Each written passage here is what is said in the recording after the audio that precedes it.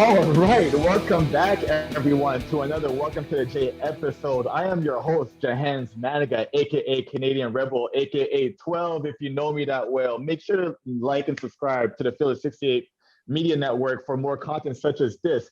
Different representatives representing their alma mater, such as I'm doing today.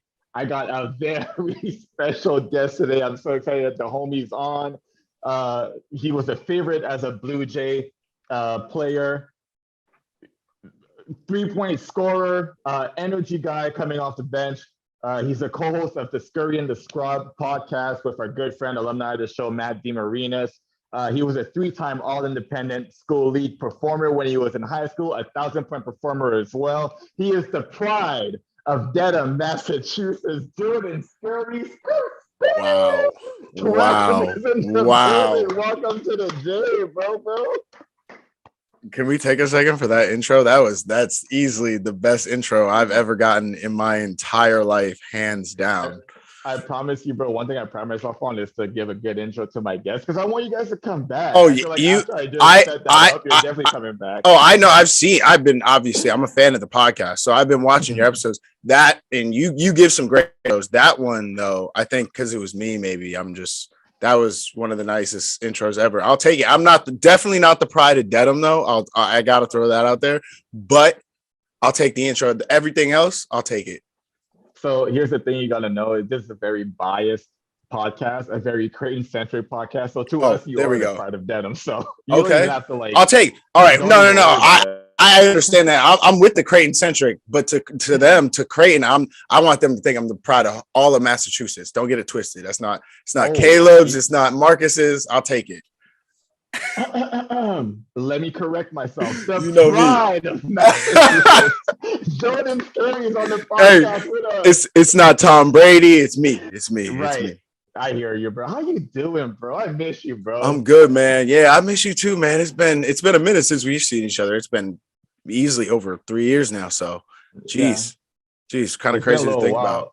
So good to catch you. I love to spend my summers in Omaha. That's usually when I see you. The pandemic kind of put a little bit of a spin on that, but yeah, I guess we have to do it this way every once in a while, don't we? Hey, I don't mind this now. I'm kind of getting adjusted. I'm used to it now, so I'm glad to get on here with you, man. Bro, you got to show your face in Omaha this summer if you can, because you and I, we got to chop it up just like we used to back in the days. You know what I mean? Like, it's been too long. We got to get a good group of guys. Should we put this out as a spoiler? You trying to do College World Series? Are we doing a thing? Can we do we'll do a Field of 68, Scurry and the Scrub collab, at College World Series? Whoa. What are we talking about? Maybe we're doing something here. Okay. All right. We'll leave that for another podcast. We'll leave that for another one. Throw that in the atmosphere, bro. I need that to happen for sure. We need a good group of guys to come back in the summertime and just, do it like we used to. One time for the one time. You know what I mean? Yeah. No, man, I miss it because you remember that was some of the best times. Just those open runs in the summer were like, that was, I think, my visit too. Because, I came, obviously being a preferred walk-on, like my visit was that College World Series. Like I came for that weekend because they had the camp there. That was the first time I had ever met Mac and anybody. So it was fun because that was when I got to play with all you guys. I got to play with you. I think it was my first game. I remember playing against you, and it was against you and Malik in open gym. Yeah, you and Malik in open gym, and you, man, I knew that. Like then, that's when I knew because it was. I was luckily still in high school because I got to play against you then. Because I was like, yeah, I got to get my game right because these dudes, y'all were in the summer, so y'all were bouncy. Y'all were like on it, trying to get some. So I was like, man, that was it. So it was fun. Some good memories in the summer. You're not the only guy that has like that kind of story because TC committed in the summer too. And I was his host on his visit too. We went to a College World Series game, me, him, and his dad and Isaiah. And then like after that, it was a wrap. I'm like, oh, he coming here. I'm like, yo, D-Rock, don't worry about it. He's here. College World Series that week, man, in the summer. If you can get recruits out for that weekend, it'll show them a good enough time in Omaha that they'll be like, all right, this is a cool place. Like it really is. Before we start reminiscing a little bit too much, let's talk about last night's game. A little bit too much insanity for my liking. I'm over here up at 4 a.m. pulling my hairs because I don't even know what the hell is going to happen next. But the Jays were able to pull it out 54-52. Tough, gritty game at home. Before we get into before we start nitpicking the game a little bit, I just want to know your initial reaction to what you saw last night. Honestly, initial reaction was just wow, because it was such a low scoring game, right? That we're not used to at home. But then I think after like letting it resonate, like accepting that it was going to be that game, like once the second half started and everything, and seeing how the pace wasn't, normally what it is at home. I was kind of proud of that squad, man. These young Jays have been impressing me all year, like with games in and out. Like, I think for this one, it was that they're showing they can pull off these like close games, that they can win in different ways. It doesn't have to be like that traditional kind of like, for at least my squads, like for the 4 years I was there, where it was like we always had to get like at least 75 points. We had to get in transition. That pace had to be set. This team has kind of shown that they can win those 54, 52 games. They can pull off some close games because they've done it. That kind of scares me a little bit though, because like you said, the teams that I played on, the teams that I watched that you were on, if we don't get to that 75-point mark, we're hard pressed to win that game. You know what I mean? Like defensively, we weren't that team that could just hold guys under 55 and just be okay with it. We were the teams that were getting up and down. We had to get the possessions up there in a double digits at the very least, or triple digits, I should say, at the very least, to give ourselves a chance to win.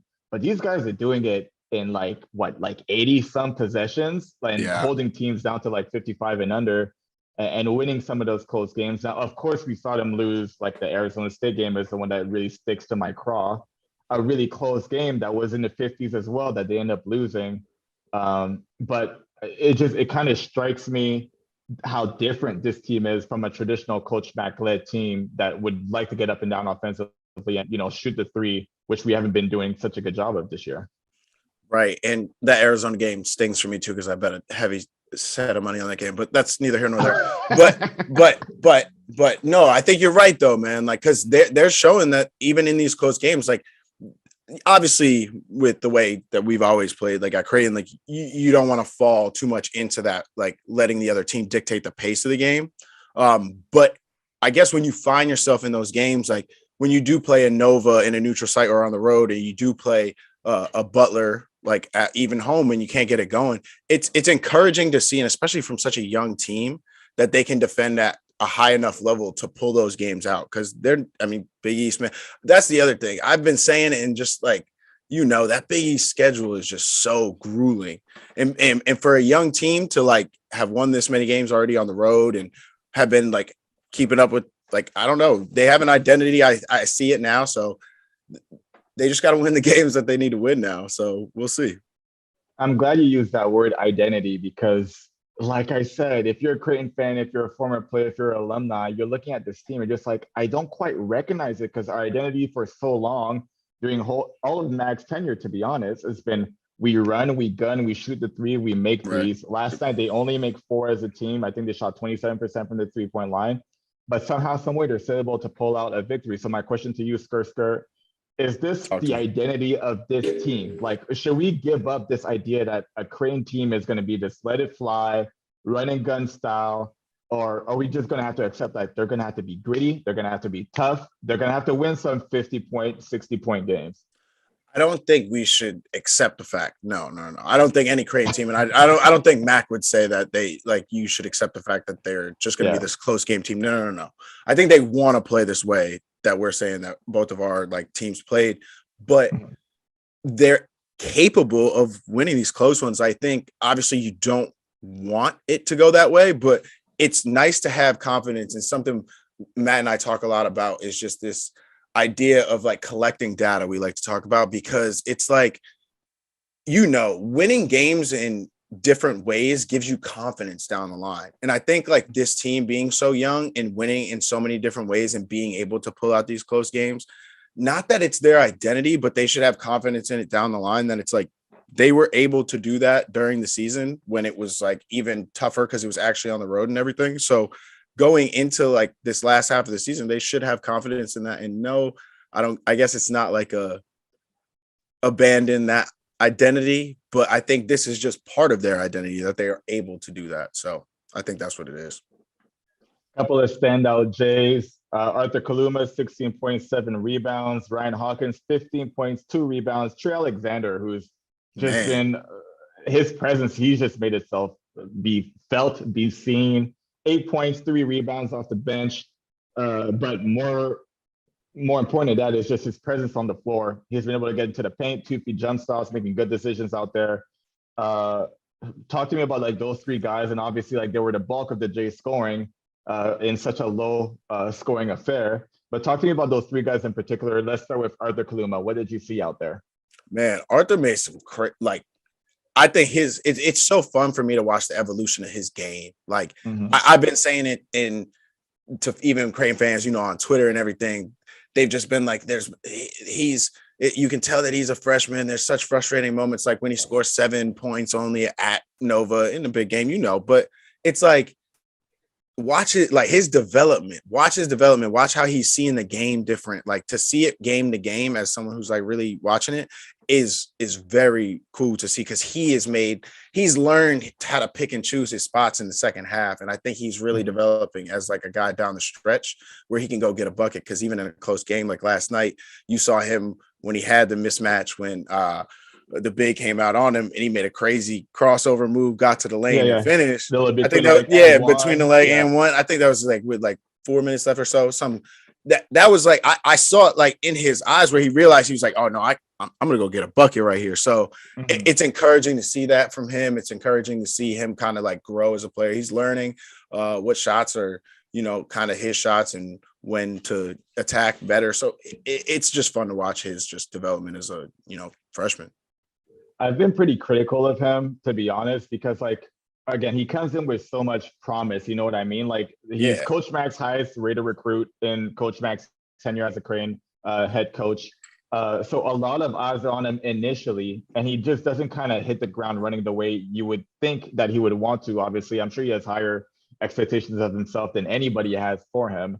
So you're right about like the gradual, like him getting better and better as the games go by. But I think for me, all I wanted to see is just a little bit more consistency. If at this point in your career, all you can give us is 8 points, 7 rebounds, do that every night. Like don't show us the nights where you give us 17 and another night you give us like 2, or like you give us like 9 rebounds and then you give us like 1. I just want to see more consistency from him. But you're right. Like I had to kind of take a step back and realize that, these guys are still 18 years old trying to figure it out.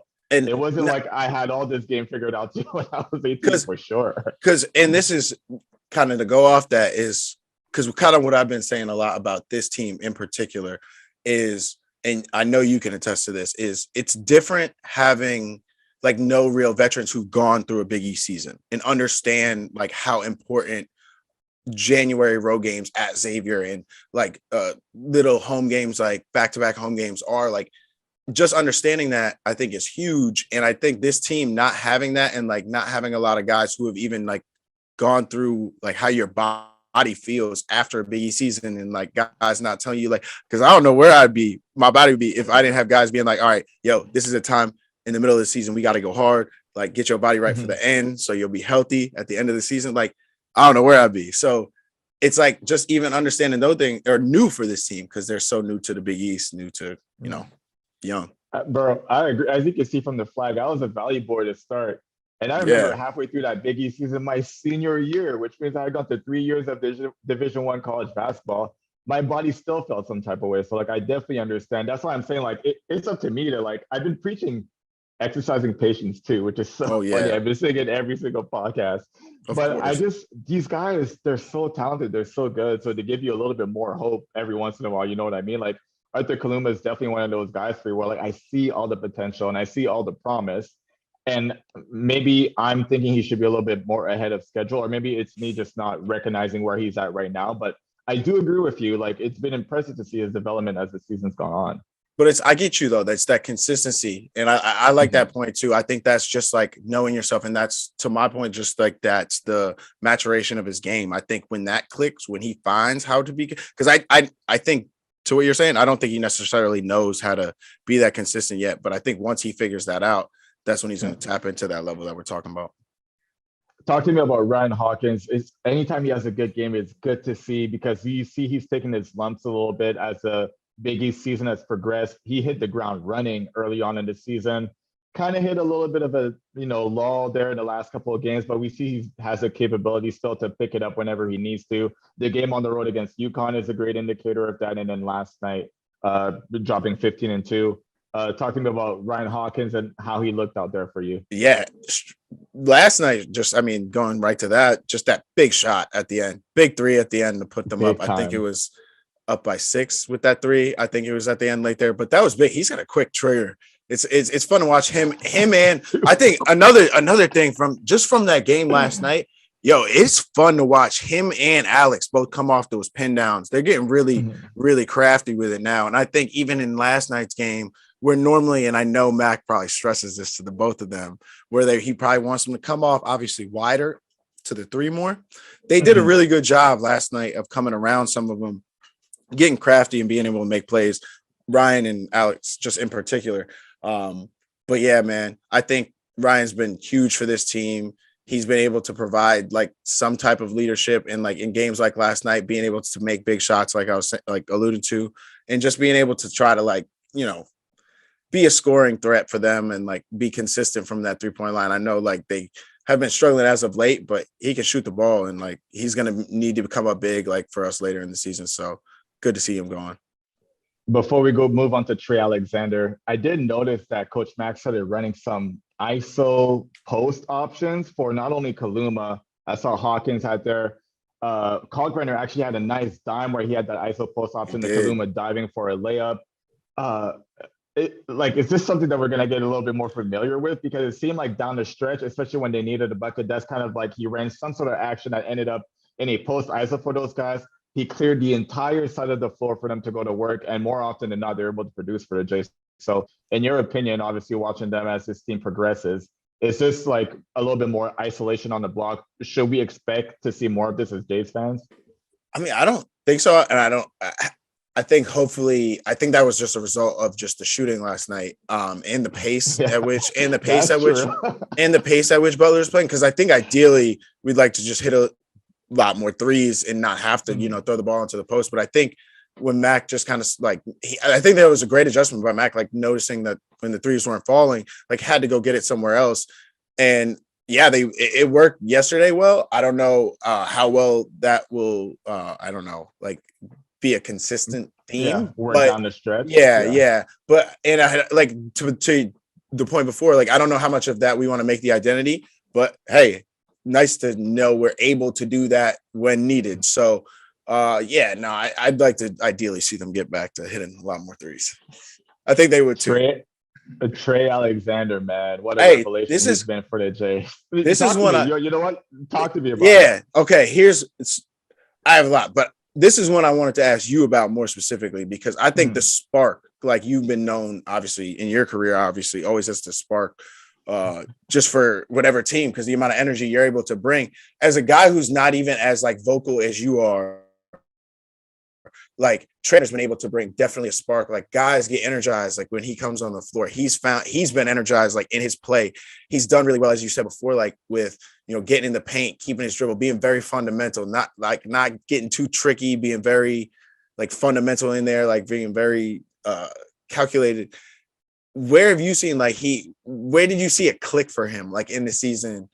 Like, because I know you've had those moments where you're like, okay, I'm really providing value to this team now. And this is how I figured it out.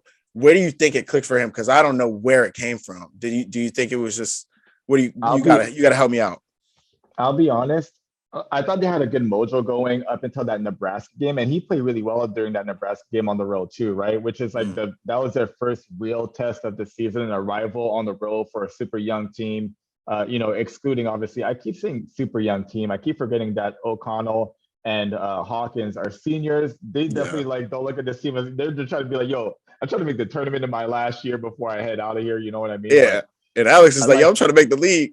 Right, exactly, bro. And he got like the athleticism and the shooting to do it. Honestly, if he finds a spot in like a G League situation, I'm sure he's going to be able to work his way up. I have no doubt in my mind about that.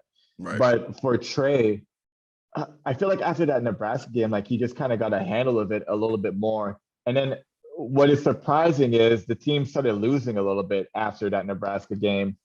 And I think he realized, I'm not doing enough. So you see, like after they came back from their Thanksgiving trip, uh, like the ball was in his hands a little bit more, and that's when I saw like he actually knows what he's doing because he was getting downhill, like I mentioned in the open. Like he gets on a 2 foot jump stop, he knows how to pivot out of there if he needs to. He's got a strong enough body, which is very impressive at that stage in his development to be able to like go up against bigger guys, protect the ball, and finish. And what has impressed me the most is his ability to kick out of those situations. And he's been like I mean, we talked about Alex O'Connell shooting like 50-some% from three early on in the Big East play, in Big East play. A lot of those shots, if you look back on the film, came from Trey going downhill, sucking in the defense, kicking it out, allowing O'Connell to get his feet set and to knock it down. So if I was to like pinpoint when it happened, I was gonna say like right after Thanksgiving is when I think Trey was like, I need to do a little bit more if we want to get back into our winning ways. And kudos to him because he took that responsibility on his shoulders. And obviously he's been able to provide. But he's been such a revelation for the Jays. Obviously he's won 2 Freshman of the Week awards so far. Him and Nemhard are kind of, going at it going at it for that award. I think actually Kaluma might get it this week and just kind of get his for the first time. But again, I want to hear your opinion on Trey because like you said, like he's been so impressive. He's done so many good things. He's been a spark plug off the bench. So what has been your impression of him so far? Yeah, no, I'm glad. I appreciate your answer to that just because like I've been trying to pinpoint when, like thinking back to when I saw him emerge like this, and I thought it might have been the Nova game, just at home. But I'm glad you brought up just like right before like the Nebraska game because I think the losing after that did kind of affect that and like him embracing that role after. Because last night, man, just to highlight, like he got in the game and immediately like ripped. I think Butler was in like some type of pseudo zone at the time or some type of whatever matchup, a little bit of a matchup look. He ripped through and got to the basket with such ease. Like he got in there and he was under such control and finished with the left. Like he has such crazy finishing ability. Like I think he is very talented at such a young age. And I think there's a good feeling like the guys like, and from who I've talked to just around the team and everything, like they feel like he brings an energy, like now that he's hooping and he kind of understands that responsibility, like everyone's energized around him. The coaches are energized around him that he's embracing that role. He's embracing that responsibility now of being that guy who's supposed to, like you're saying to the point, be consistent in his role of coming off the bench, scoring X amount of points, being able to get in there, kick out, create for others. So he brings a lot to the table. So it'll just be nice to see again, like Arthur, like his just maturation as a player. So I'll be totally honest, 2 things here. The reason I'm able to pinpoint it is because I remember when we got defensive rebounds in that Nebraska game, and for whatever reason, Ryan Nemhard, I'm talking about right now, was hooping like crazy, right? And I kept thinking like, when we get a rebound, find Ryan on the outlet and let the guys run and go. But there was a couple of like possessions where the ball ended up being outletted to Trey. And I remember feeling really nervous seeing him bring up the ball. And the reason I'm able to pinpoint it now is because like I remember when like me being nervous kind of settled down. And it was after Thanksgiving because I had seen enough. I was just like, you know what? Give the young man the ball back. He knows what he's doing with it. So like that's why I'm able to pinpoint it, number 1. And then number 2, I wanted to say like you could tell because like you have been on like some really good teams that had some great camaraderie off the court. So have I. I can tell that he's definitely like a locker room favorite. Like for sure, those guys are riding with him in the locker room. Like they got his back no matter what he says or does. Like you could tell like he's one of those guys that like for whatever reason, when he's in the locker room, guys are really taking a liking to him. So like that's the one thing that like being that kind of guy, I know you were that kind of guy too, that was beloved in the locker room. I feel like Trey is that guy for this team well. And he's definitely earned that. However he earned it, he did. But I just see like the confidence that the guys have on him.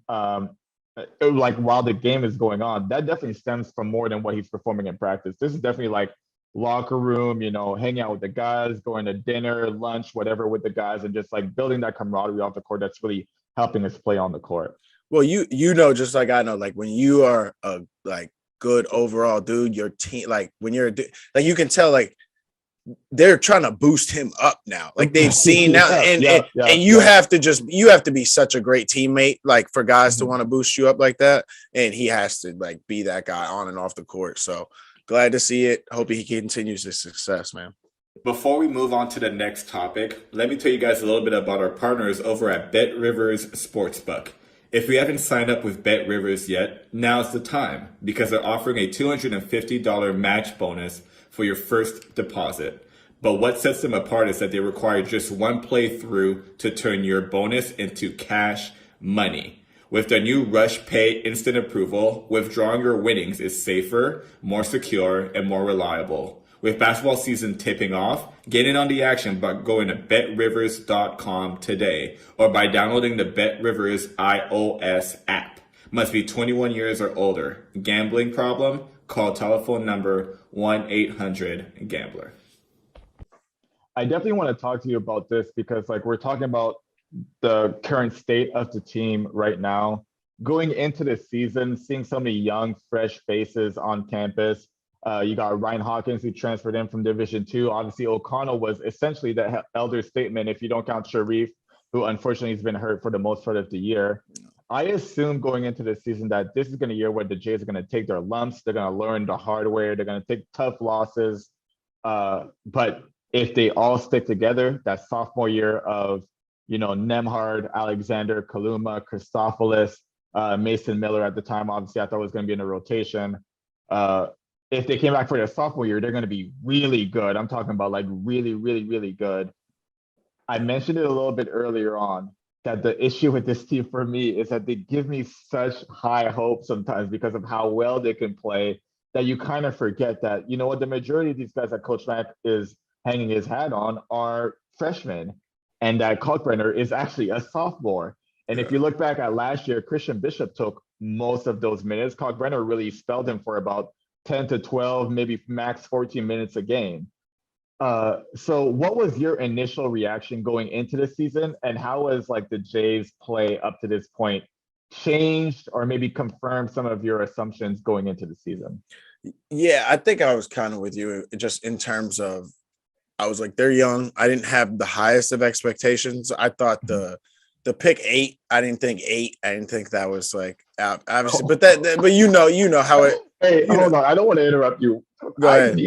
I knew the Biggies fucked up when they did that because I'm like, Coach Mack is going to write that every day on the board. That's going to be motivation for the boys every single day. There's no way they're 8 or below. Like, there's no chance, right? Yeah, that never made sense to me. I never thought that low. I'll say that, but I didn't think they were young. And I thought like they were going to take their bruises. I thought they were going to take some losses here and there, things would happen. But overall, I've been impressed. Like you're saying, like I knew if they stuck together and they all bought in and they had an identity. For me, it was if they could form their identity early and they could be like that Creighton identity of the run and gun, the flip ups, the transition, the defense, like everything, like obviously Mac wants them to be. I was like, okay, they could be ahead of schedule. They could be something serious this year. Yeah. And so like you, I've been like very impressed early on and also like very disappointed Arizona State.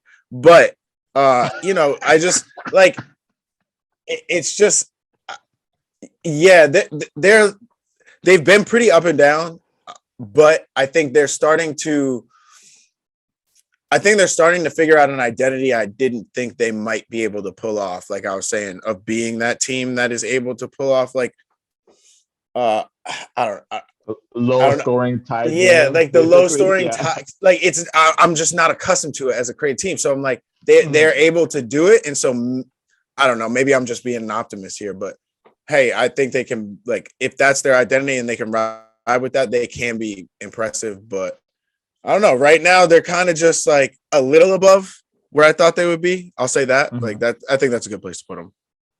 To speak on your optimism, bro, this is the place for it because if anybody who's been paying attention to this podcast, this is the most biased creative podcast. I love it. I love it. Jack, our producer, who's working, the board behind the scenes right now. When we had our little podcast last week, I told him straight up, I'm gonna do a bracket where the Jays win it all. So like, I always do.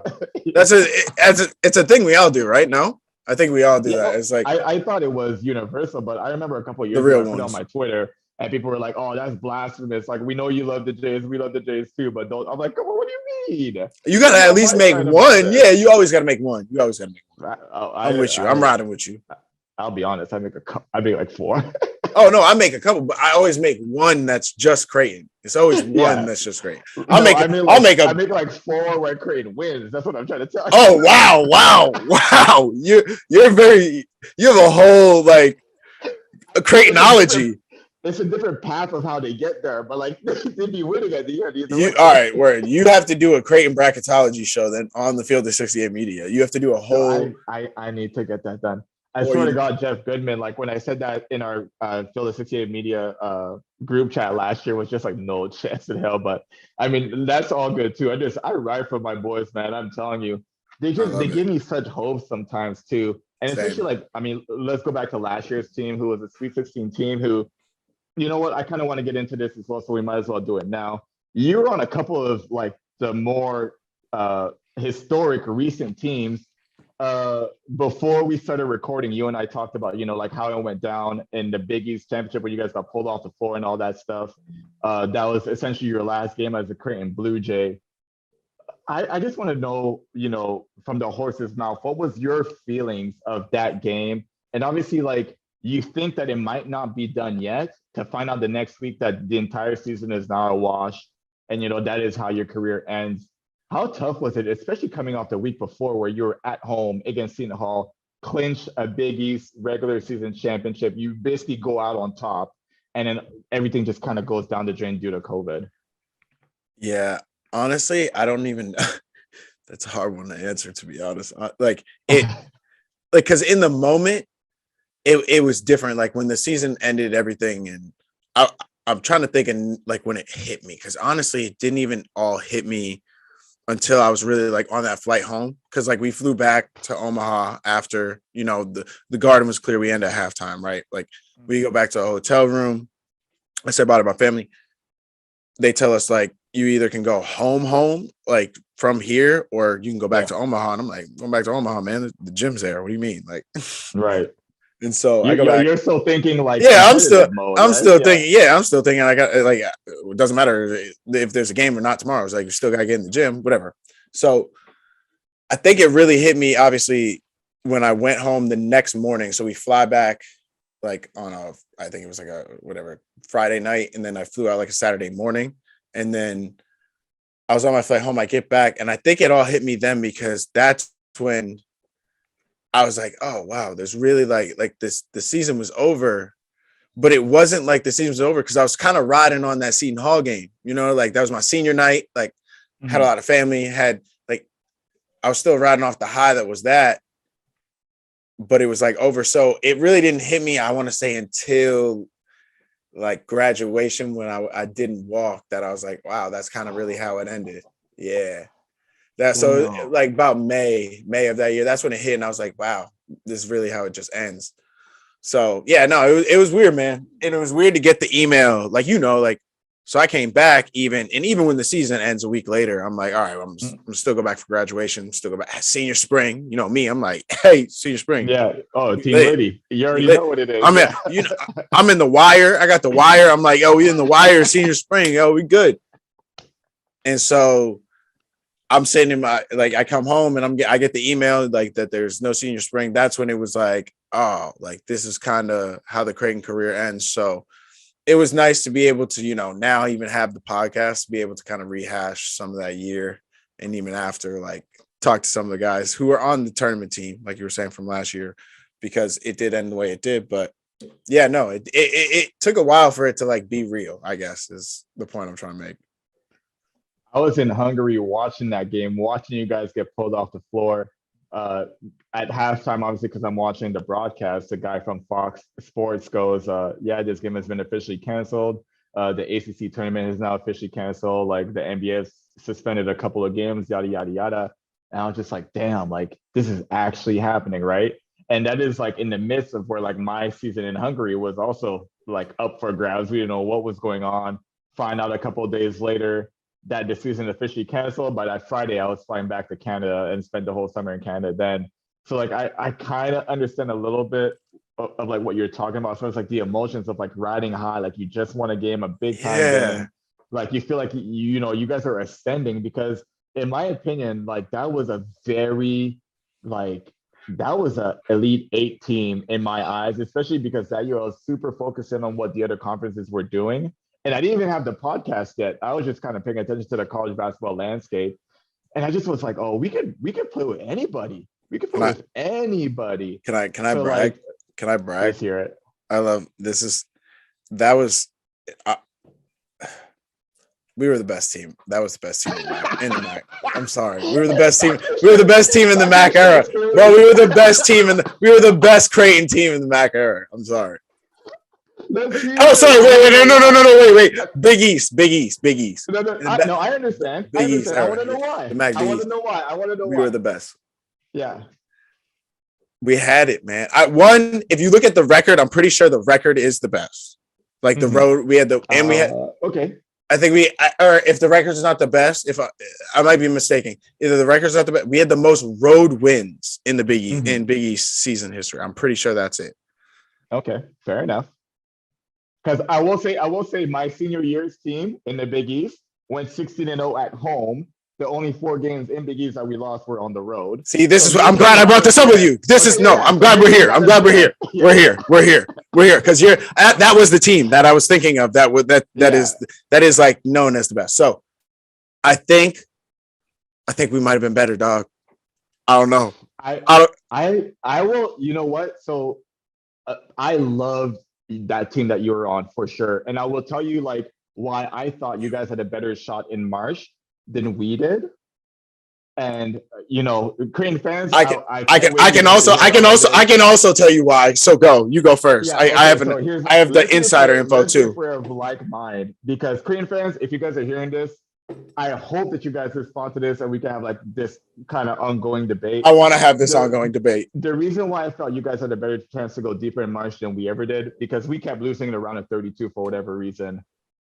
I always believed that guard play really, really matters in March. When all the other teams know all your offenses, if you can have a guy who can consistently break guys down off the dribble, which Zagorowski obviously clearly did a lot. And Tyshawn. And who's able to not only stop opposing guards, because they're going to be relying on most of their guards as well. I'm giving you the points right now. I know. I know. Just pay attention, bro. Why are you giving me the points? I have so many more already to make. No. I know. It's just I'm just thinking like reasons why I think your teams could have gone deeper in March as far as like an NCAA tournament. But now, if you're asking me head to head, who would win? Your team versus my team. I think my team all day, every day, and that's the difference that I'm giving you. Maybe you guys would have gone deeper in the tournament. Know what? If you were to hypothetically play head to head, I think we got the number. I will give you. You know why? Because you were so nice in giving me the points of why my team would have gone deeper in March. Because you're absolutely right, and I'll add to that in a second. I'll give you the reason your team would have beat my head to head. Well, reasons. Doug, we had nobody to guard him. We wouldn't have. And then 2, that team defensively. In a game a game with you, y'all had the defense for Tyshawn, Mitch Marcus. Y'all kind of maybe. I'll give it to you. We'll see. We'll split the difference a little. I'll give that to you if we can, because we can agree on that. My team would have got deeper in the tournament and the only reason I say is support this too.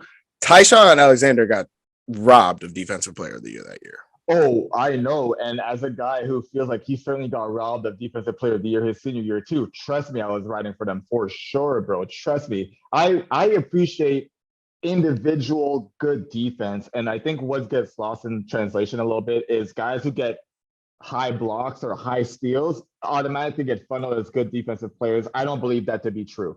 I believe that if you look at the tape and you pay attention to what a guy does on a night in, night out basis, his ability to stop the dribble, to be in good help situations, to be the anchor defensively, and especially in Tyshawn's case, and I'll also say in my case a little bit, because I need to boast about this a little bit, I was very proud of what I did defensively as a guy that was always challenged to be placed on the best offensive player on the other team.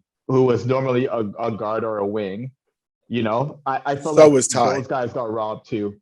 Kyrie got robbed a little bit too. That first year, I think he won it twice after that. He won it twice. Even that freshman year, like Kyrie was Ty should have putting won guys in a blender, bro. Trust me. If you look up the numbers, Matt, we had an episode last year, kind of when we went over the numbers in our COVID week. But Tyshawn was, and I know too, because scout team. Yo, I was Miles Powell. In scout team. That was me. Tyshawn gave me fits. He understood angles. Like he's annoying like you when you're in the gap and I know you're over there and I see enough room. And so I thought, but I don't understand how quick you are to that gap. He was that way. He was that way where it's so annoying that it's like, yo, this dude has a knack. Like he was leading for the majority. I'm pretty sure for the majority of like that season, he was leading the conference in steals until someone had like a crazy stretch with like 8 like a 5 steal game, 3 nights in a row. Yeah, something. Like that, yeah. And so because he was getting crazy, like he was just in the gaps and he had been in the, how it is when you're have that many years under max offense, like you really get an idea of like where to be in those gaps and how to be and help. So he adapted that. And so that's why, yeah, man, we had that. And the last point I do want to make to that is we were healthy. Like that was the Jeremy year, man. Like that was the year of that was it. Yo, yeah. I will say, and I've said this before, I was in the best shape of my life that like at the end of that year, because I was not only because physically, obviously, like the amount we run, you're always in great shape, but it was because I felt like better. We weren't like back squatting or anything like that anymore. Like we were like stretching like crazy every time we would have like, that's when Jeremy started rolling us out on the table and everything. Like that's why I thought we were so healthy at the end of that year. We were excited. Like we all were like Final Four. That I agree Final Four or with, bust. If you look at my 2013-2014 team, my senior year, Grant Gibbs was coming off of, he came early from having his kneecap put out of place. Essentially, Ethan Rogge and Grant Gibbs weren't practicing. They were only playing games. They only did walkthrough practice because like their knees couldn't hold it anymore. And then like, again, the reason why I give you guys the edge of going deeper in March for sure is because us having an offense that like obviously was very Doug McDermott reliant, which was a good thing for us in the regular season. Teams really, really keyed in on that. And like, no knock on myself or on Austin Chapman. At that point in our development, we weren't ready to like take the load whenever Doug got taken out of games, which I hate to admit it, looking back on it, obviously, like you think you're the man when you're in that situation. But when I look back on some of those games, I'm just like, damn, like I could have been better for the team. And like those 1-2 games when Doug really got taken away. So that's why I stress the fact that Marcus, Tyshawn, Mitch really handled the ball. You had Denzel coming off the bench. And Damian Jefferson, yeah. DJ going crazy, bro. Crazy. You know what I mean? So like knowing that like that's who was handling the ball for the majority of the season, you guys were, in my opinion, better situated to deal with the pressure that comes with March, because you didn't have to run sets for those guys necessarily for them to get like good looks. We ran sets for Doug, and then obviously we had a little bit more like freestyle when we got stops. Coach Matt gave us the ability to just go down and create shots for ourselves. But the majority of it was, let's run our initial action for Doug, and then on the backside of that, guys will eat, which we all did. But that's also the reason why I'm saying like you guys definitely had a better maybe tournament team in my opinion, and it was just kind of sad to see that it didn't happen that way. And we can always kind of wonder, but bro, one game ain't no chance you guys got us. Hey, I don't know. We can see. Let's roll it out. Because we were deep. We were deep, man. Yeah, hypothetical. We got to get everyone in on this. We got to get everybody from those two squads opinions on who will win and get the numbers on it. We'll see. We'll have an ongoing combo. Hey, look, this is this from me and Scurry. Yes. You guys got to come back this summertime. Yeah. Like, let's do a little alumni weekend. This is Big 12 energy. Big 12 energy. We're gonna get the squad back together for a big debate. Yep. Yep. I love that we're talking about this right now because I definitely wondered. Like, I always want to stack my teams up, even like the guys who were before me, the Kyle Korver years, the Anthony Tolliver years. Like, I always wonder, like, what would it look like if we actually had a chance to play their best year versus our best Hey, year? And I love to actually, have this conversation. I got a good story for you. Yeah, So actually before, like obviously we just talked about the summertime, the runs in the summer and how fun those hmm were, right? So back to my senior year for Kyle Korver's, he had that weekend. I think it was like that he was being honored, like jersey return, yeah. something like that. No, he had Or the Hall of Hall of Fame, Fame. Hall of He was Fame. That's what it was, Hall of inducted in the Fame. Hall of Fame. Yeah. So he had the Hall of Fame weekend, right? So Anthony Tolliver, everyone comes back. So that's my senior year. hmm So that's before like the year where we just talked about. Anthony Tolliver's playing pickup with all of us. A bunch of alumni come back. Yeah. So I'm butchering the story now because I forget his name, but we're playing and it's our like team, and so I'm on the squad. And so it's Tyshawn, like me, a couple other guys, and then we're going against Tolliver and some of his like squad. hmm And Tyshawn's like killing whatever, and then he like calls a foul, whatever, and then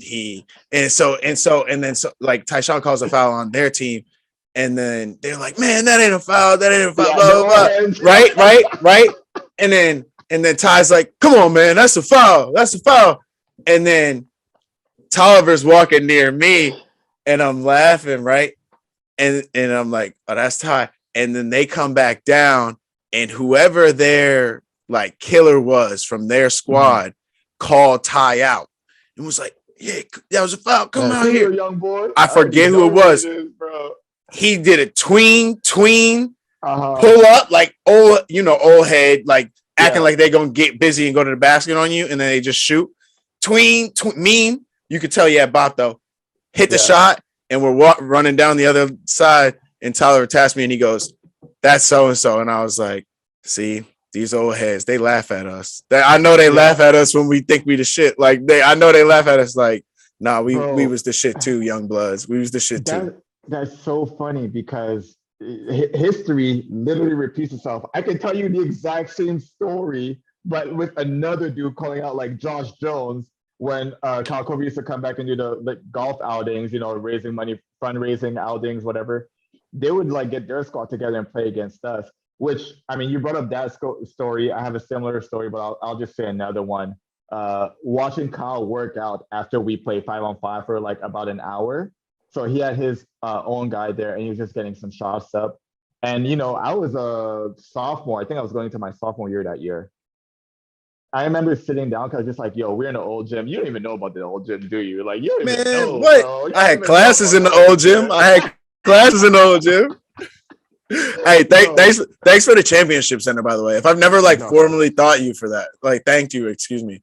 If I never formally thank you for the championship center, I appreciate you, bro. Bro, you guys are. You see, I make the most out of it. I come back every summer to make sure that I get my money's worth. As you should, as you put blood, sweat, and tears into that. Hey, but bro, tell me how I was watching Kyle Korver shoot for like the first 15, 20 minutes of his workout. I promise you, bro, I shit you not.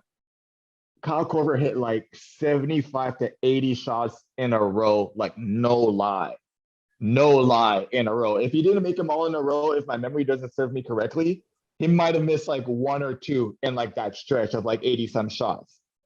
He missed 2 shots in a row and like was the most upset individual I had ever seen. And I remember thinking to myself, like going into that sophomore year, like, okay, like this is what it looks like. Like someone who like knows what his job is, like his confidence in his own ability because of all the work that he's put in. He has the right to be upset about missing 2 shots in a row. When I get mad about missing 3, 4, 5 shots in a row, bro, like I got no right because like that's what it looks like. Because that dude made like I swear to you, bro, like 80 shots. And like I said, like if my memory doesn't serve me correctly, he might have missed 1 or 2 in that stretch. But when he missed 2 in a row, all hell broke loose. He was like, "Damn it, Kyle! Come on, Kyle, focus, Kyle!" Like talking to himself, like bigging himself up. And I remember thinking, like, that's the attitude that you gotta have for real, You know what's crazy though? As you're telling this story, you know who I'm actually picturing in my head, and this is the dope thing about Creighton. This was so dope about Creighton. You know who that was? Like for me though, and like you're saying how history repeats itself to my story. Mm-hmm. That was Mitch, bro. And before Mitch, you know who that probably was? Doug. So like Doug and Ethan. Yeah, for exactly, sure. and Ethan, right? Exactly. Yeah. So it's just like, and Isaiah, like all these guys, like, you know, we can go down the list. Like, it's cool to see that that's like been a consistent thing. And that's what's always been nice about like a place like Creighton. Like, you get to see those guys like who really put that work in and really are at that level. Like, you have access to it and you can see those dudes. Cause like, I remember watching Doug come back and work out with Preston and be on the same type of time, like where like dudes would be talking, like there would be music on and whatever. And he would come in for his workout and he would be like, nah, cut the music off. Yeah, cut the music off. Cut the music off. Let me just get my 30 minutes, cut the music off. Like, I'll shoot after, you can cut the music on, but like, let me get my time. So yeah, man, it's that is the dope thing about Creighton, that it's like, it exposes you to those, you know, older generations that, you know, that's how it trickles down. As you brought up Mitch, bro, the reason I started laughing is because like we talked about like Ethan and Doug being those type of guys too. I remember, and I don't know, maybe you have a similar story. I remember hating like pairing up with Ethan as like shooting partners. Like, let's just say like you get into a workout and it's like you and Ethan in one basket and like two other people at another.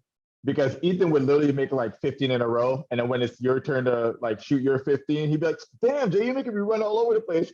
And I only missed like 3 shots out of like the 15. But because he was so cash, it's going straight up and down the net. You just literally like, as I'm standing right here is how I'm like underneath the basket, because I know exactly where the ball's going every time. But if you miss 2-3 shots shooting with Ethan, he'll make you feel bad about it, all of that. Bro, you bringing out pain for me, because this, you want to know why? Because my freshman year, mind you, my freshman year was crazy because my freshman class was just, you know, me, Davion, and Kobe, right? And so Davion obviously was like committed the first, like he was obviously like coming that year. They knew he was coming. Kobe was late, and then since I was a walk-on, I came late too. So by the time guy, right? Yeah. So I didn't come all summer. I wasn't there. Like I came to the like College World Series, so I was there for some open gyms, but I didn't come all summer. I like came in after like for our first workouts, and I was putting, you know, the drill like 3 people. And when I tell you, I was like not ready for the drill yet, where I was Kobe and Davion was like, damn, Scurry. They was like, yo, chill out, mate. What? Take your time if you're going. I'm like, bro, that was Kobe Harris for sure, bro. I know that's the voice that you were imitating just now. Kobe was like, bro, we just ran all practice. I'm not, and I'm like, bro, I'm sorry. I didn't mean to. I'm tired too. I wasn't ready for this yet. Freshman Jordan. And that's the beautiful thing is that like obviously I'm sure you learned a lot in that situation. The one thing that I learned about Ethan was actually like how quickly you can actually find the grooves of the ball before you shoot on a catch and shoot. Because when I came out of high school, bro, however the ball touched my hand is how I was letting it fly, and I was pretty successful. But I know, isn't that weird, like the nuances of the game? Like, we're opposite, bro. Ethan was just like, bro, like if you like take half a second, you can align the basketball the way that you want it to. And I had never even like thought about that. I hadn't been coached that way. I just was coached like, get your feet ready, have your hands like, you know, in a position to shoot. As soon as it touches your hand, let it fly. And I never ever thought, but Ethan taught me how to like spin the ball the right way. And all it takes is like 0.5 seconds for real. And it really doesn't take off your shot like time, how quick your release is. Yeah. But it certainly helps, you know, the rate of it going in. And so Ethan's actually the one that taught me that. You still do it now? Oh no, now I do it the way Ethan taught me to. What? Not the way I used to do it back in high school, which is to find the grooves and let it fly. Now you just do it off the catch, right? Yeah, off the catch. Yeah, right away. Okay, like, yeah. It's like not even second nature, or I don't even second guess it anymore. I catch it and the ball's already kind of moving my hands to find the groove, and I'm already going into my motion. Believe it or not, bro, when I first got to campus, I had like a couple of like moon balls, like you know how like the ball kind of I did too and stuff like that. But like Ethan really taught me like just find the grooves real quick. Like here's how I do it. So I would pass the ball and I would watch him like kind of like, you know, like change the placement of the ball in his hands. I was like, damn, I didn't even know you could do that for real. Yeah, so no, it definitely takes a year like to get like the timing down. I think in college, like the game speeds up like a half a second, like shooting wise, where you have to like get your release a little bit like that much quicker. For me, it was like learning how to like actually catch. Yeah, it's the same thing actually. I thought it was the other way. I thought you were saying the other way around. I thought you were saying you spun it and then you learn how to catch it just right off. and just shoot it. I still can't do that. But yeah, no, definitely it takes a second to figure some little nuances of the game out once you get to the college level. It's the tricks of the trade playing for shooter you for sure, which is, Oh yeah, again, I'm going to go back to this year's team. It is just so incredible that, they're making 4 threes a game. Like we and talked winning about earlier, games. and Yeah, winning games. Like it's so unusual for us because we're used to being in that culture where we could certainly let it fly. But I still kind of have high hopes, I should say, that these guys are going to be able to knock down some shots down the stretch here. You already mentioned earlier that like you think this is not something that we should necessarily get used to, but that we should just kind of accept that, we're going to be able to win some close games, even though we don't blow teams out from the 3-point line, which is also fine. that's my thing, because I am going as someone who is going to the Big East tournament and going to rep the Creighton Bluejays to the fullest. You know how I do. Mhm. I am like, I don't mind like the idea of them getting in a battle with whoever they have to play, like a tough game with whoever first matchup, like a Seton Hall, Marquette, whatever first matchup, and it being like a 62, like if they can pull out a 62-58 win, like they've done it. They showed me they could do it. They just did it at home against Butler. So now if the game's low scoring, I guess this is me. I'm gonna be an optimist, and I'm like, I think they could pull it off, but hey, I hope they can. I hope they think they can too. I read an ESPN article today by John Gassaway. I hope I'm not mistaking his name or mispronouncing his name, I should say. He had a preview of like who's on the bubble for each conference.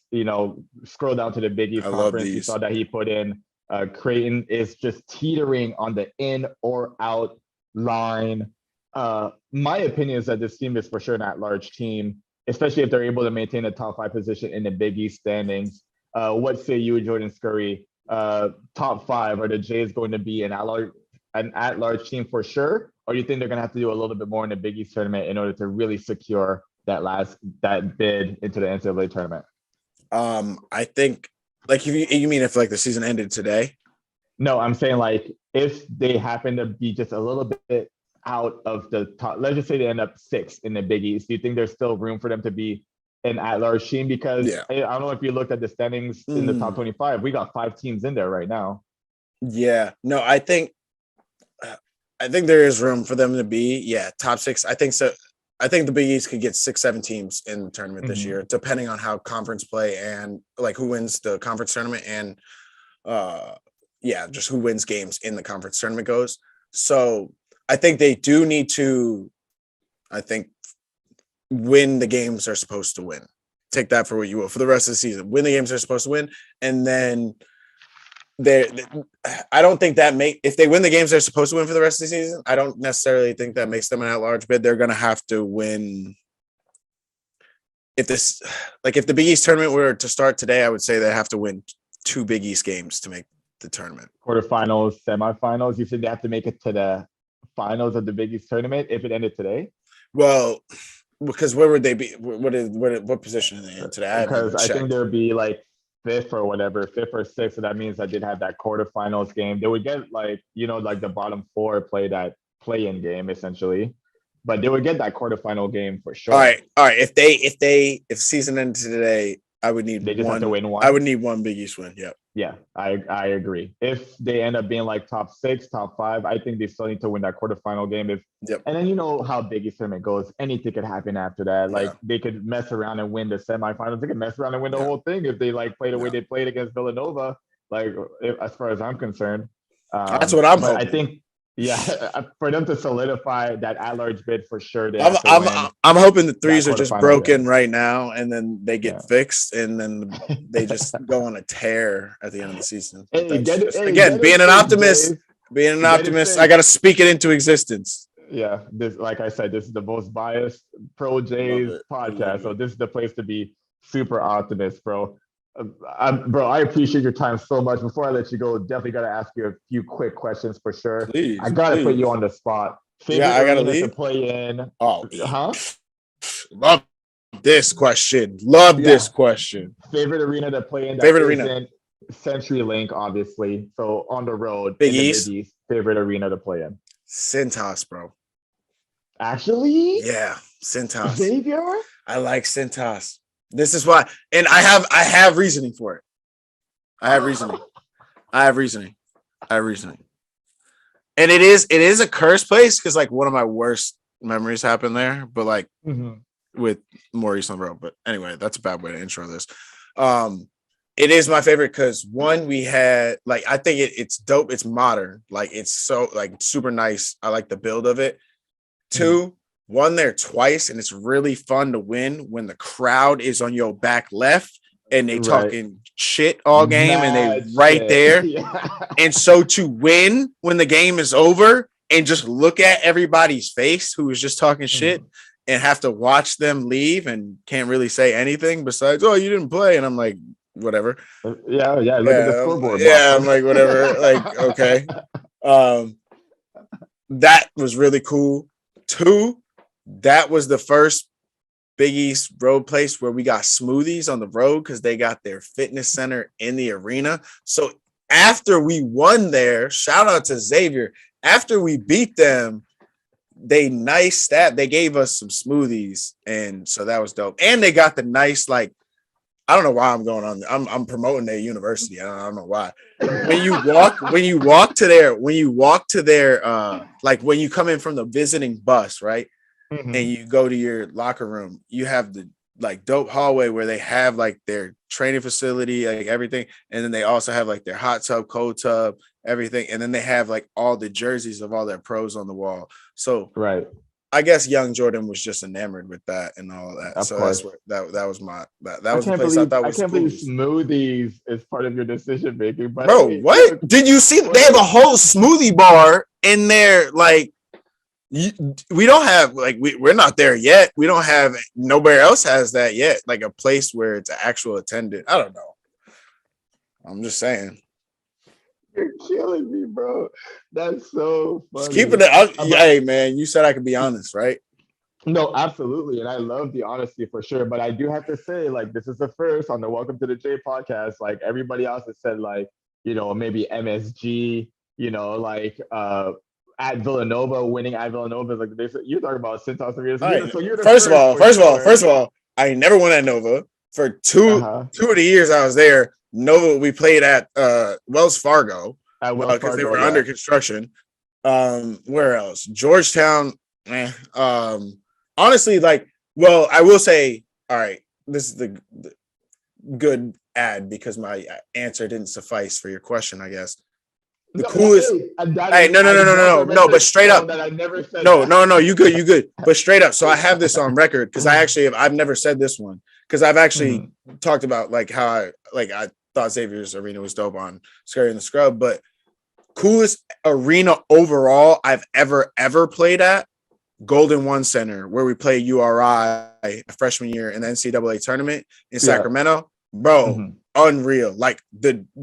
It felt like I was in Cowboy Stadium because like the windows, they have the backdrop. So like when you're at the free throw line, like you can see the sun setting. It's trippy. It's cool. That's dope. Yeah. That's dope. Yeah. So I've never been to Sacramento now that I think about it, bro. Like, is it even worth the trip down if you're not hooping? No. We went. It was like an AAU trip, man. Like, you know, when you took those AAU trips, like to like Florida or wherever, and you just stay on the strip. It was like there was the hotel grounds, and then you drove to the arena, and there was a city, but like there wasn't much in between. At least when we were out there, I didn't see much. So, favorite restaurant in Omaha? Come on, you got me on the spot. Bro, that's what I'm here for. Come on now. I gotta go with best burger of my life, Dinkers, man. Let's go. Dinkers, you know what it is. That is you might be the first one to this answer too. Oh, what? No one said Dinkers? Bro, you know, Nebraska and Omaha especially, it's state capital of the world. So a lot of the homies are talking about like Drover and they put Mahogany's on the map. Mahogany's is the GOAT. The way, like, I love that you went burger route, which is like totally American of you. I certainly appreciate that. And then like for the breakfast lovers, it's been like Lisa's Radial, you know, like places like that. Leavenworth Cafe. Of course. So like the fact that you went straight burger route, you might be the first guy that went straight burger route. We've had some of the guys like who play overseas. I asked them what's their first meal whenever they get back to Omaha, And like you'd be surprised how like cheap those options are. These are Bro, guys what? that come I'm going right to Dinkers. I'm getting the Bluejay burger bro. with the pitcher. Talk to me nice. So we had Justin Carter and like Willard Tino talk about Chick-fil-A. But that's because dudes have been away from home for like 10 months. They're just trying to get like Oh the yeah, quick no, fix. that's y'all pros. That's y'all Yeah, pros. yeah. That's what that is. That's But I do appreciate the Dinkers reference for sure. I think a lot of people appreciate that one. Your co-host asked us a question on Twitter. I'd be remiss to not ask this. He wants Yeah, to that's a know good one, who's man. on your Mount Rushmore of the Mac era of Creighton players with the most swag, either with their game or off the court. So give me four. Most swag. Is it I can tell you. swag? Is it swag off the court? It's just swagger. Like for whatever reason, like you see them off the court, or maybe the way that they play, the way that they present themselves, how they talk to the media. Whenever you think about these guys, you're just like, dude's got swag. I can tell you top four off rip. Go. I can tell you that much. You got it. Go ahead. You got off rip. I don't have off rip, so go ahead. Number one, all-star DJ. Bro, DJ's got swag. You know me, I'm a sneakerhead. DJ sneaker game is crazy. I remember when he was on the podcast, like that's one of the first things we talked about. Just like, bro, what you got going for him, like for the rest of the year? And he had told me at the time, like, hey, pay attention to what I got going on. Homie started bringing out some exclusive Kyrie, some exclusive Kobe's. I was like, yeah, that's swag. And like the thing I love most about DJ is like he's kind of an introvert in the sense of like he's not like too loud or like he's not like a social media presence per se, but he lets his play do the talking and he lets his like fits do the talking. So that's facts. Really, that's facts. Really like. So Yo, I raised DJ. Do you agree with that? Would you put him on yours? I'll put DJ on mine too, also because I'll add he has the cool factor. Like because you didn't go to school with him, when he has that factor, like when he's in your class, like people used to make the like joke obviously about Michael Jordan. And I joke with him because I talk about he looks like young Michael all the time. I used to call him young Michael. But anyway, you could tell when he's in your class, man, like he is somebody. Like when you in class with dude, like everybody looks at him in class like, oh no, he's somebody. That's somebody. Right. Like he's somebody. He gets that cool factor. So he's on there. He's on there. We'll put him on there. And for me, obviously, you didn't go to school with this guy, Austin Chapman, bro. Austin Chapman is the coolest cat you've seen thus far. I'm talking about. No, I knew Chat was the first dude I seen work out with an Apple Watch on. That's how I knew he was cool, bro. That's how I knew he was cool, bro. Chat is on his own deal all the time, all day, every day. How about I tell you, like, Chat is the dude who actually introduced me that like Nike trainers could be fashionable. Like he came out with like some Nike free runs. I was just like, damn, where'd you get those? He had like the rainbow joints. I'm like, I need a couple pair of those. You know what I mean? And he's just always so low key with his swag. But every time you looked at him, you're just like, yo, homie over there doing something different. And like, he always kind of wanted to know, like, hey, what you wearing, bro? Like, what's that? And he's like, oh, this ain't none. You know what I mean? Like another like kind of introvert who's not super loud, like as far as like, you know, what he does in front of people. But like Austin is like super low key. He keeps to himself, which I actually love about him. But like his swag is undeniable. So he would be number 2 for me. All right. Now I think I know where you're going with this. So who you got next? Mm-hmm. This is where I throw a curveball at your ass. Oh, here we go. Big swag. Say what you want. That's what I thought. I know. You said curveball. Hey, okay, all right, fine. I thought maybe it might have been a curveball, but say what you want about Willard Tino, bro. But you want to talk about someone that's like pretty secure in himself, because here comes a like obviously in my era, super lanky, almost 7-footer. Like, you know, kind of looks awkward at times because he's the tallest guy in the room wherever he goes. And at that time, like he was super skinny, super scrawny. Like the college weight did not hit him at all. But bro, you want to talk about someone that was like super secure within himself? Like he knew like sometimes he looked goofy, he would make fun of himself. Like sometimes he was the cool guy in the room. He would even make fun of that too. But like he was always just such a fun, cool person to have around. And I just think like obviously like we dubbed him Big Swag. It kind of came like a little bit as like an ironic joke at first. Right. But talk about a guy that grew into that nickname for real. Look, by my senior year, bro, everyone's just like, yo, you know what? Like Will is one of those guys he says didn't want to have around. Like he's a good time. He's a good dude. And most of all, bro, he's like a really loyal friend. Like for real. like the type of guy like that would do anything for you. So Big Swag is definitely up there on my Mount Rushmore of like the Coach Mack era. I will. I have to put. I got to put Swag on mine too, just because Swag was he made like wearing Crocs and like moccasins to practice. He made that shit cool. He made that shit cool when I was like he made it cool to be like look bummy, but like also a basketball player. Like he was big lank, but also was like, yeah, I'm gonna throw some swag on this. And it was like, I'm gonna wear some like slippers to practice, like it, or from practice, and carry a water jug. So yeah, no, that was I feel that. I'll put him on there too. And I love it because, like I said, like when Grant Gale said it at Blue Jay Madness, I think it was my sophomore year. Like, hey, from now on, Will Artino will be dubbed as Big Swag, and like most of the crowd kind of laughed. But Will took it and ran with it, bro. And like before you know it, like I remember going out to dinner with him every once in a while. And you know how like when you're out and about in Omaha, fans are just gonna walk up to you, you know, talk to you if they recognize you, which is all well. Like I love that. Will loved it too.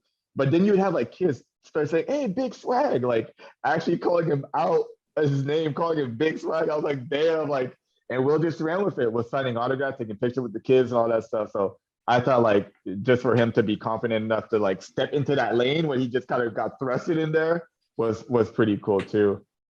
And then I want to hear your fourth before I say my fourth, because so no, you gotta go because I have one. If you take it, I'll be really mad. I'll be really because I think it's the only one I think when I think of like it would have been my number one if I would have gone first. Like, so I don't know if we're on the same page on this one. Then okay, great. So you go first. I'll say Marcus Foster, and this is strictly like on-court swagger. Because in my opinion, hey Marcus, come on the show and defend yourself. I don't think your style is that great, my dude. Okay. But on the court, you talk about like a guy has the utmost confidence in his ability. On-court swag. And he was zero. Zero. That's tough. Defend when he wants to. Post up little guys like, oh, what you gonna do? Nothing. He had the two sleeves. Yeah. And like the ability to bark at opponents and back it up. That's swagger, bro. Yeah. He had the celebrations to the camera, like he had the three. Yeah. He was all on it. And we'll go baseline and dunk on your ass too. Yeah. All of that. Yeah, and scream after he dunked. Yep. Okay. Incredible swag. Okay, I'm gonna go. See, here's my thing though. So now that we're on this, like now I'm understanding. Like my number one, it's gotta like I gotta throw my man. I gotta throw Ronnie on there.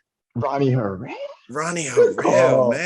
Ronnie, because Ronnie had, because if we being real too, he went through all the hair progressions. Like Ronnie as a freshman, Ronnie had the buzz cut with the clean wave game line up as a freshman, and then by senior year he had the dreads, and it was like the jerseys we wore in those years. Like he went from like the first Big East jerseys that were basically just like upgraded Missouri Valley to like when we got the blue collar NCAA tournaments and when we started to get the black leggings, the black sleeves. Hold on. Let's talk about this because I need to talk about the jersey progression of the Jays over the years. Can you imagine that my senior year was the first year that we brought out the gray jerseys?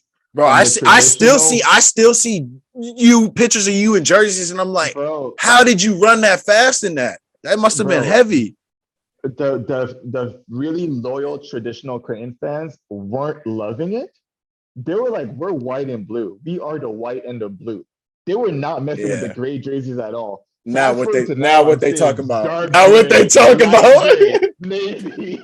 Like, you know what I mean? Baby blue. When I said the baby blue, I was like, yo, hold on a minute. Yo, y'all owe me a jersey or two, bro. Come on now. Yeah, no, my senior year, I was like, yo, I went to a new school, yo. This is crazy, yo. I got a whole new, like, I love the baby blue. I love the baby blue. Oh, the baby blue hits, bro. I'm not gonna lie, I'm very jealous. Every time they brought it, I think they brought it like 2 games in a row a couple of weeks ago. I was upset. I was like, you're gonna bring it out at home and on the road? Nah, you can't do that. I like it better because I don't like the whole like all these teams are like copping out and like getting black jerseys now. Mm-hmm. Like you see Duke obviously got the black. Like I don't even think because it don't even fit Duke. I think black has been in their color pattern in my opinion, Duke. Because I remember like Duke teams I've seen growing up have a couple of black. Like I remember JJ Redick black. Yeah, no, you for know sure, what I for mean? sure, for So, sure, for sure. But I just think it's like that's just the traditional route for like I think black or blue and white teams to go. It's like, oh, they'll go get like a black, and I'm like, no, let's get that light blue, like, or they'll get just a gray, like, and because you guys had gray with Doug, right? Like, yeah, I remember we seeing had that was those. my You had the senior year. That gray, was the yeah. first time we did it. You Yeah. had the gray, and then we did like they tried like even my freshman year, we still had remember the anthracite? We had the anthracite. Yeah, that's I said dark gray, but that's what I Yeah. meant. Is Oh, you know I those don't know no, all my because you shades of no, gray. yo, there Those was are two. There was girly two, though. bro. There was two. There was two. There was because there was the light gray that you guys wore. Because I remember being a senior in high school watching you guys in the NCAA tournament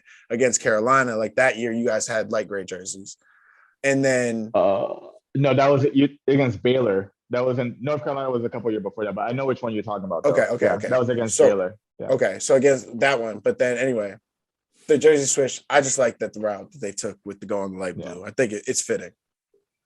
I think it's fitting that we end the conversation on that note, bro. Look, For sure. Scurry, you gotta come back to Omaha this summer, bro. Let's chop it up. Hey man, let's do a thing. Big 12 energy, like you said. There's Big 12 energy, man. Let's do a whole thing. Let's get everybody out there. Let's have this ongoing debate. What is the best team in the MAC era? I want to hear more on it. We need more people's thoughts. So appreciate you for having me, man. Bro. And not only that, let's extend it out to the Tolliver teams, the Kyle Korver team. I want to hear it all. Yo, get everyone. I want to hear it all. Yeah, because see, we're doing it already. The thing we were saying, we're already there. They're probably gonna be like, "How dare you even say that? That's the only two teams."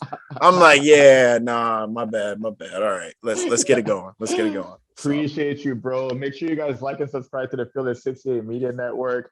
I am your host, Jahenns Manigat. This has been our 15th guest of season 2 of the Welcome to the J podcast, Jordan Scurry, aka 12, bro. I love you, bro. Let's love, bro. Much love. Appreciate you. Yes, let's get together. As always, make sure you guys stay safe and go Jays. Go Jays, baby.